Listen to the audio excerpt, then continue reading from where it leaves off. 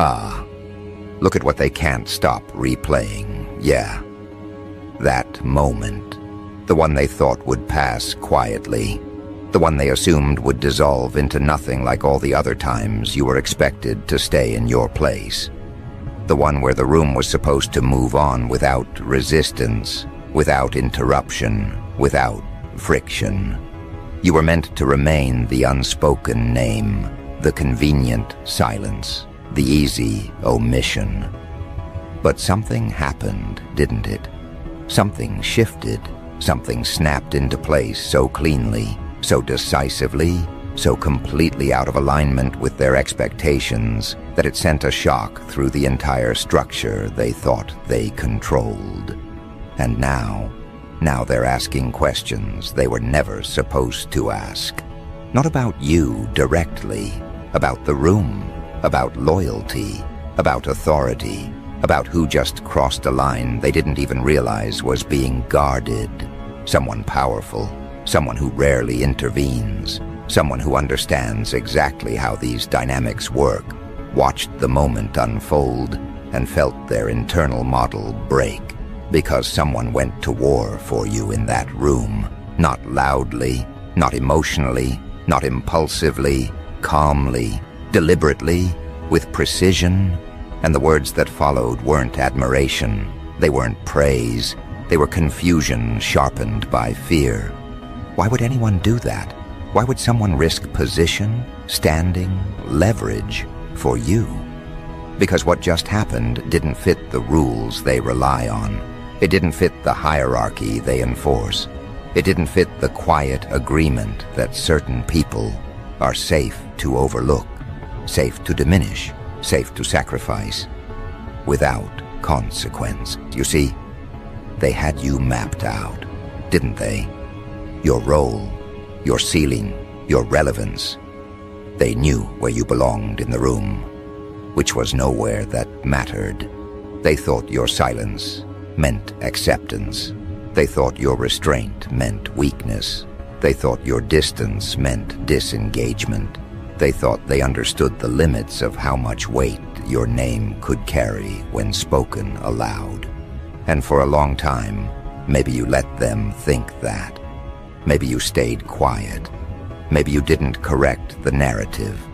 Maybe you allowed them to believe you were alone, unsupported, unprotected, that you didn't have anyone willing to step into the fire on your behalf. And then it happened.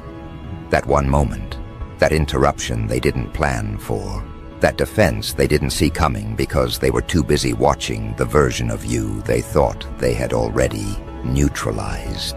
The shift was immediate. You could feel it. The air changed. The confidence in the room wavered.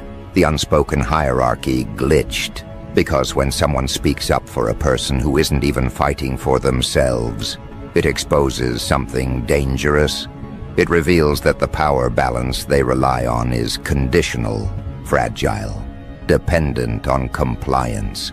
And the moment someone refuses to comply, the entire structure starts to wobble. Someone somewhere, someone with authority, someone who understands how influence actually moves, thought the same thing at the same time. This wasn't supposed to happen. Not for you. Not like this. Let's be very clear about something. That moment wasn't about fairness. It wasn't about kindness. It wasn't about morality. It was about alignment. Someone recognized something in you that didn't need defending loudly, only acknowledged correctly. And that recognition shattered the framework the room was operating under. Because when you build power on the assumption that certain people will always stay quiet, always absorb pressure, always accept erasure, and someone violates that assumption, it's not just uncomfortable, it's destabilizing. You became the variable they couldn't control without realizing it existed. Not because you spoke, but because someone else decided you were worth interrupting the script for. They thought your story was already written, that your chapter had ended somewhere earlier, quietly, without ceremony. They convinced themselves your absence from the conversation meant irrelevance. They told themselves that if you mattered, someone would have said something sooner. They used that silence to justify everything that followed. And then in one precise moment, that justification collapsed. Because silence wasn't the truth. It was just unchallenged until it wasn't. Now here's where the discomfort deepens. The person who spoke up didn't do it out of loyalty, the way they understand loyalty. It wasn't tribal. It wasn't emotional. It wasn't personal history. It was recognition of trajectory, of pattern, of something that doesn't announce itself early but becomes obvious to those who know how to read rooms properly. That's what really unsettles them. Because if that person saw it, others might have too. And if others saw it, then the assumption that you were safe to dismiss was wrong long before that moment. They're retracing conversations now, replaying side glances, reinterpreting pauses, trying to locate the exact point where the balance tipped without them noticing. Because power hates being surprised, especially when the surprise comes not from rebellion, but from realignment. You didn't storm the room. You didn't force a confrontation. You let gravity do the work. You let the truth surface on its own timeline. And when it did, someone else took responsibility for acknowledging it. That's the part they can't neutralize. If you had defended yourself, they could frame it as ego. If you had argued, they could call it insecurity. If you had demanded respect, they could paint you as difficult. But you didn't. Someone else did the speaking. Someone whose voice carries weight they can't easily dismiss. Someone who doesn't gain anything obvious by standing up for you. And that absence of motive terrifies people who survive by tracking incentives. So now they're scrambling to reassert order. Quietly. Subtly. They're adjusting language, softening edges, reframing the narrative to make it seem like nothing really changed. But it did. They know it did. Because the room remembers. Rooms always remember moments like that. Moments when the script breaks and no one knows who's supposed to speak next. Moments when the hierarchy hesitates. Moments when the wrong person suddenly looks protected.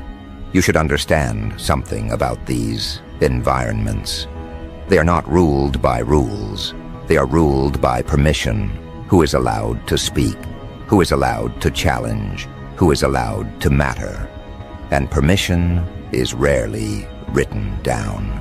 It's enforced through silence, through repetition, through people learning exactly how far they can go before being corrected.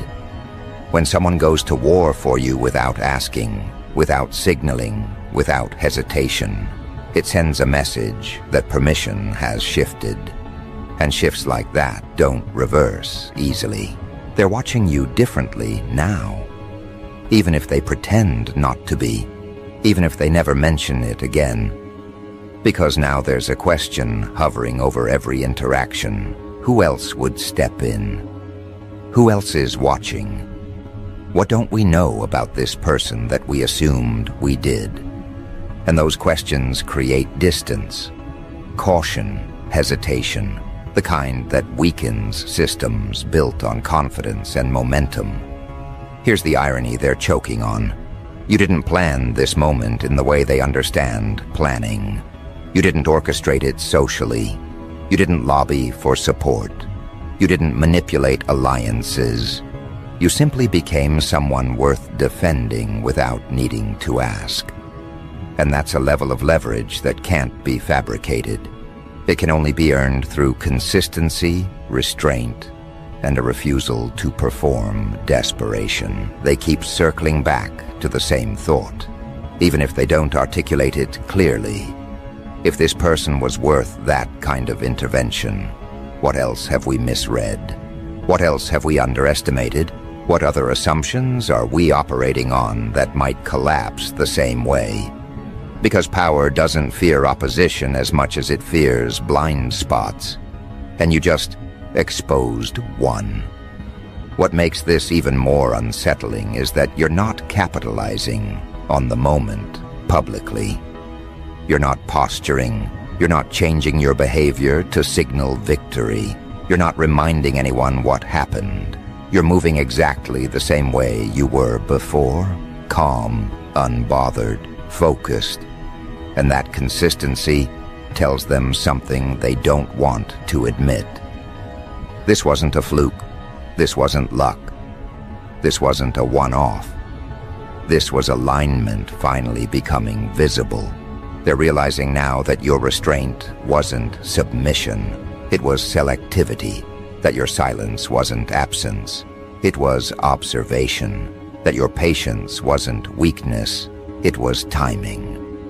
You didn't need to speak in that room because the moment required someone else's voice.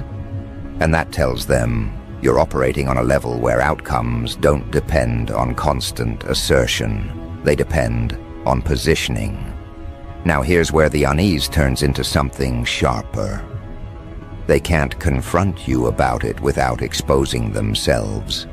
They can't ask why someone defended you without revealing that they believed you didn't deserve it. They can't challenge the shift without drawing attention to the instability it exposed. So they sit with it. They adjust around it.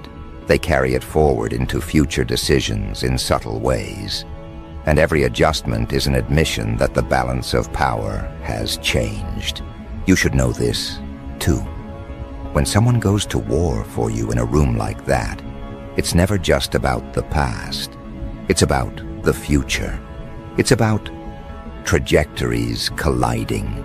It's about recognizing who will matter later and choosing sides before it becomes obvious to everyone else. Someone made that choice.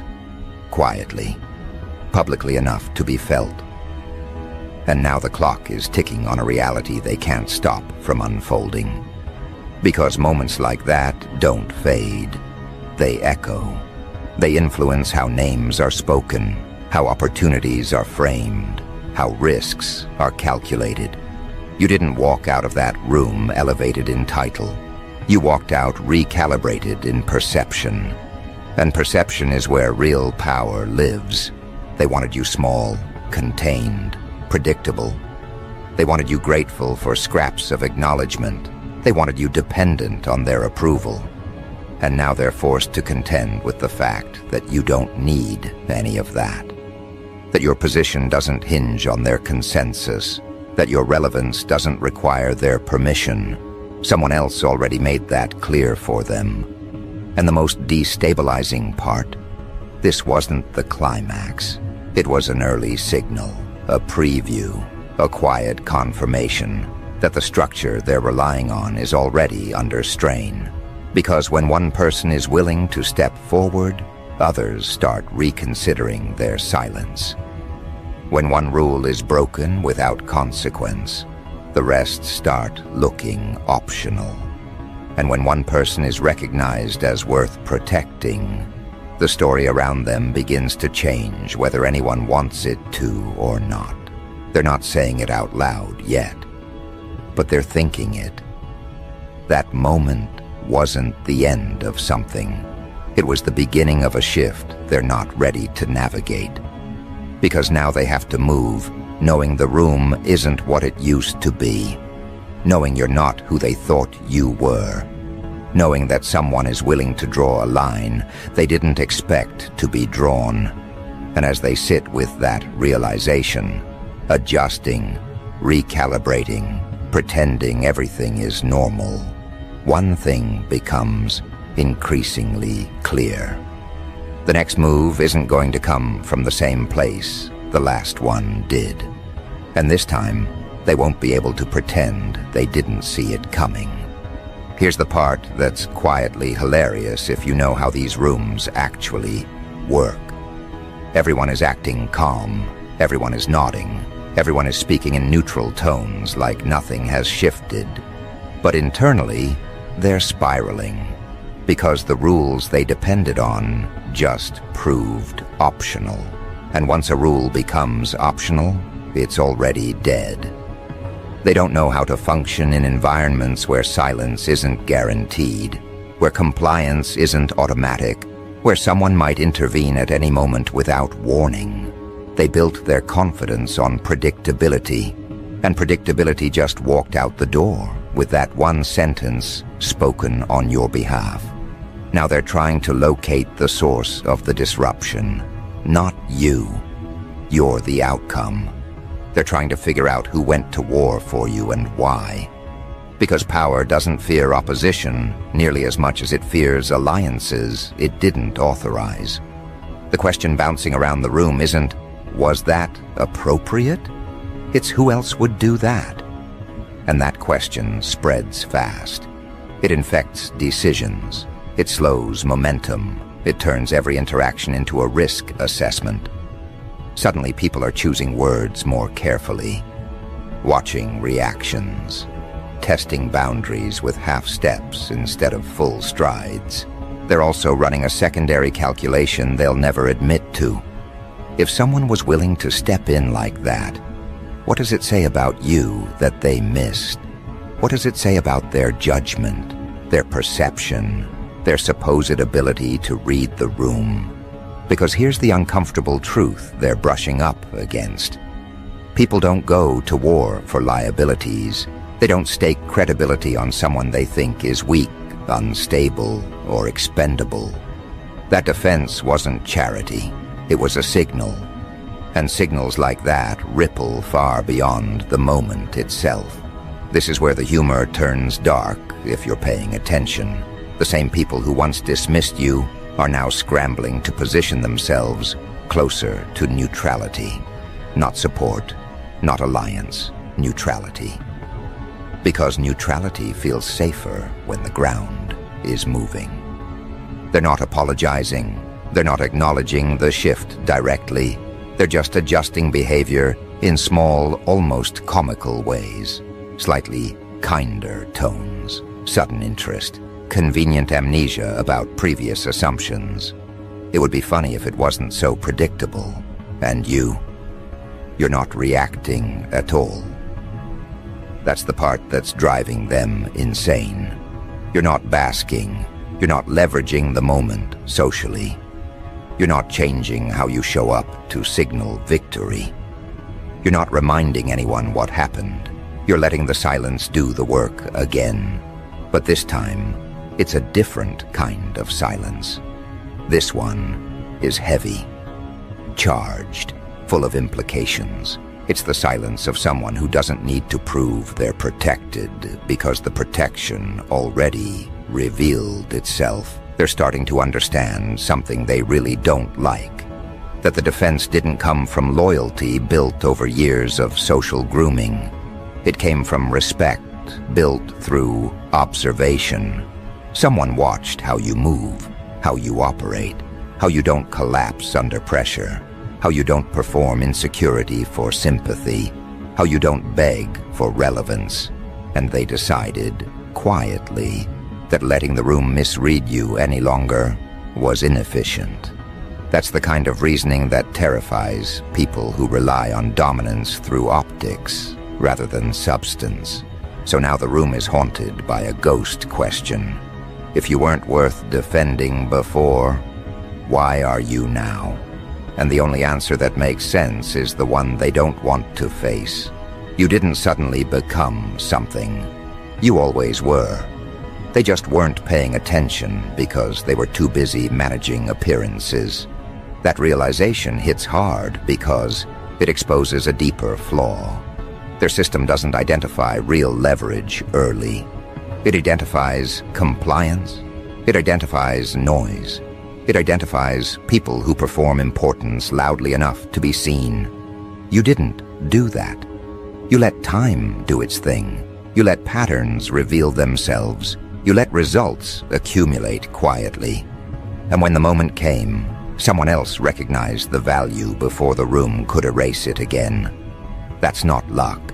That's inevitability finally surfacing. And inevitability is impossible to argue with once it becomes visible. Now they're dealing with the fallout. Subtle, but real. Decisions are being second-guessed. Conversations are being revisited.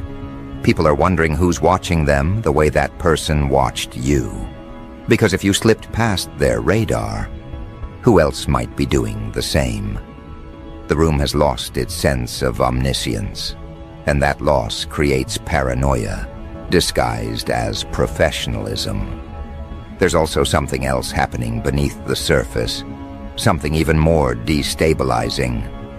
The defense wasn't emotional, it wasn't dramatic, it was clean, almost boring. And boring disruptions are the worst kind. They don't give you something obvious to fight. You can't accuse it of bias or overreaction. You can't dismiss it as theatrics. It just sits there, undeniable, like a data point that refuses to go away. And every time someone tries to move forward as if nothing happened, it's there in the background, quietly contradicting the old narrative. They're realizing now that the power dynamic didn't glitch because of you. It glitched because of what your presence forced someone else to acknowledge. And once that acknowledgement exists, the room can't return to pretending you're invisible. They can try.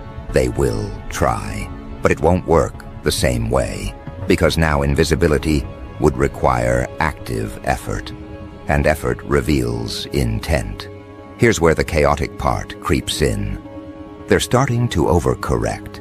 People who never noticed you before are suddenly hyper-aware. People who never spoke to you are suddenly polite. People who once dismissed your ideas are suddenly curious. It's awkward, transparent, almost embarrassing, like watching a system try to patch itself in real time while pretending nothing broke. And the more they try to smooth it over, the more obvious the fracture becomes. You can feel the room stretching now, can't you? Trying to accommodate a reality it wasn't designed for. Trying to hold you in a category that no longer fits. You're not the problem they managed.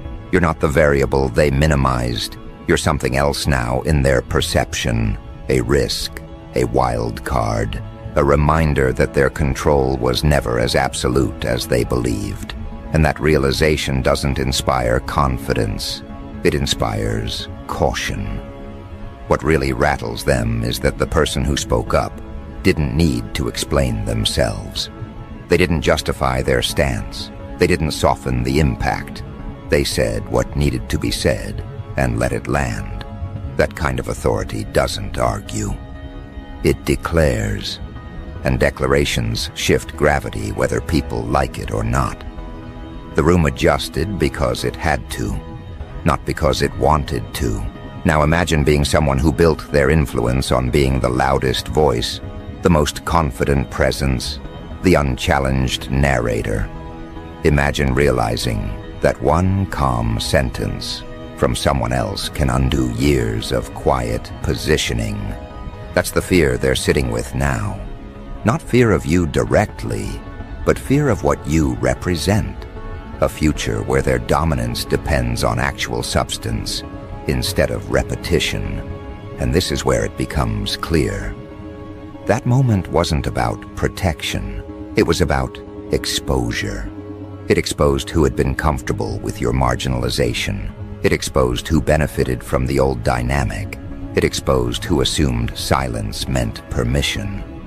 And exposure changes how people behave long after the moment passes. They're watching you now, trying to predict what you'll do next. But the problem is they're still using the wrong model. They think the next move will come from you directly. Another action, another statement, another visible disruption. They don't understand yet that the real shift already happened. The board changed. The pieces didn't. And that misunderstanding is about to cost them, because while they're focused on you, while they're tracking your expressions, your tone, your timing, they're missing the more dangerous variable entirely. The room itself has changed. The social gravity has shifted. The permissions they relied on are no longer assumed. And once that happens, power stops flowing the way it used to. It starts leaking. Slowly, at first, almost politely, until one day someone realizes decisions aren't landing the way they used to. Instructions don't carry the same weight. Assumptions don't close conversations anymore. That's when panic sets in, because panic is what happens when authority discovers it needs consent. Here's the part they don't want to acknowledge. The person who went to war for you didn't just speak once and disappear back into neutrality.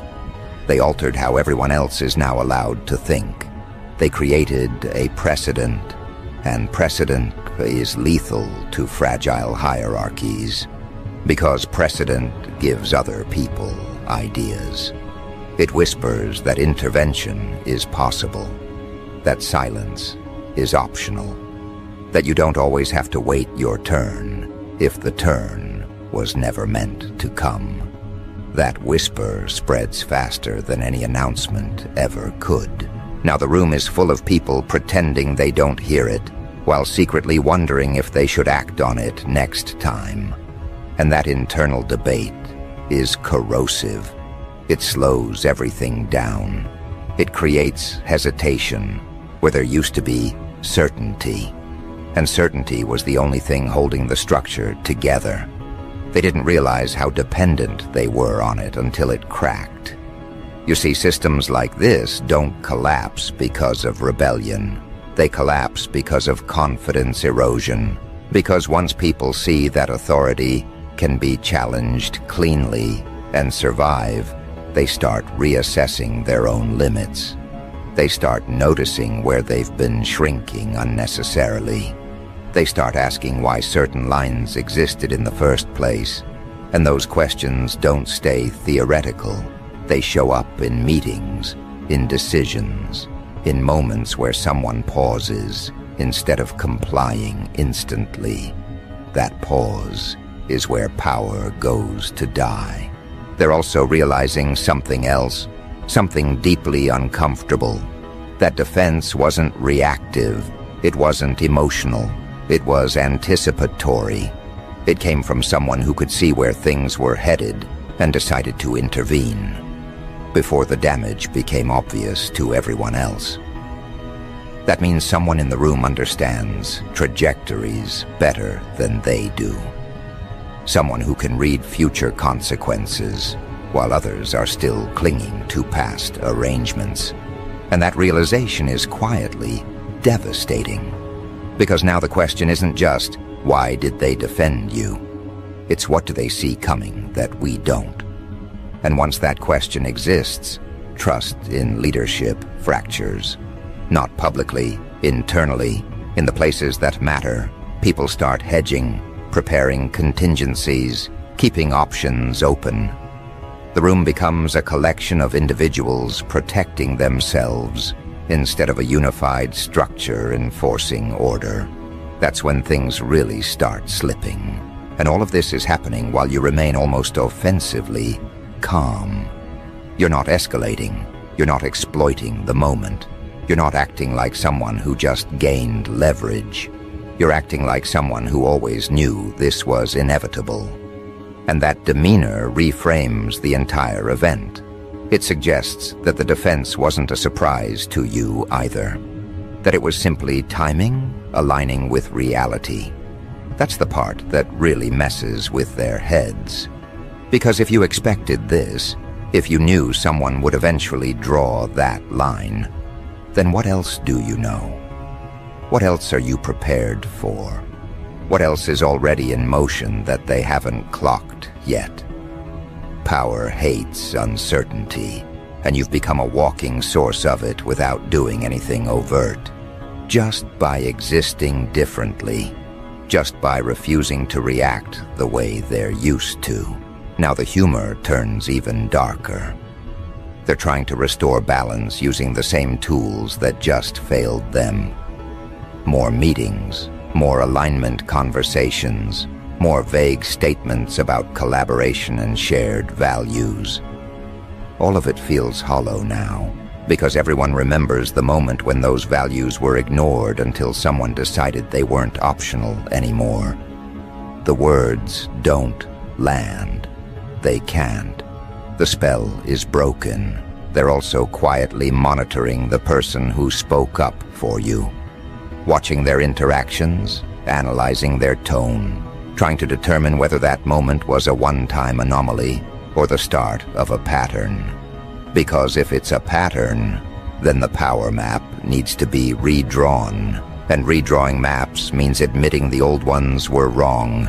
People built careers on those maps, egos, identities, entire self-concepts. That's not something they're eager to confront. So instead they stall, they observe, they delay decisions. They hope momentum will return on its own. But momentum doesn't return after a moment like that. It either transforms or it collapses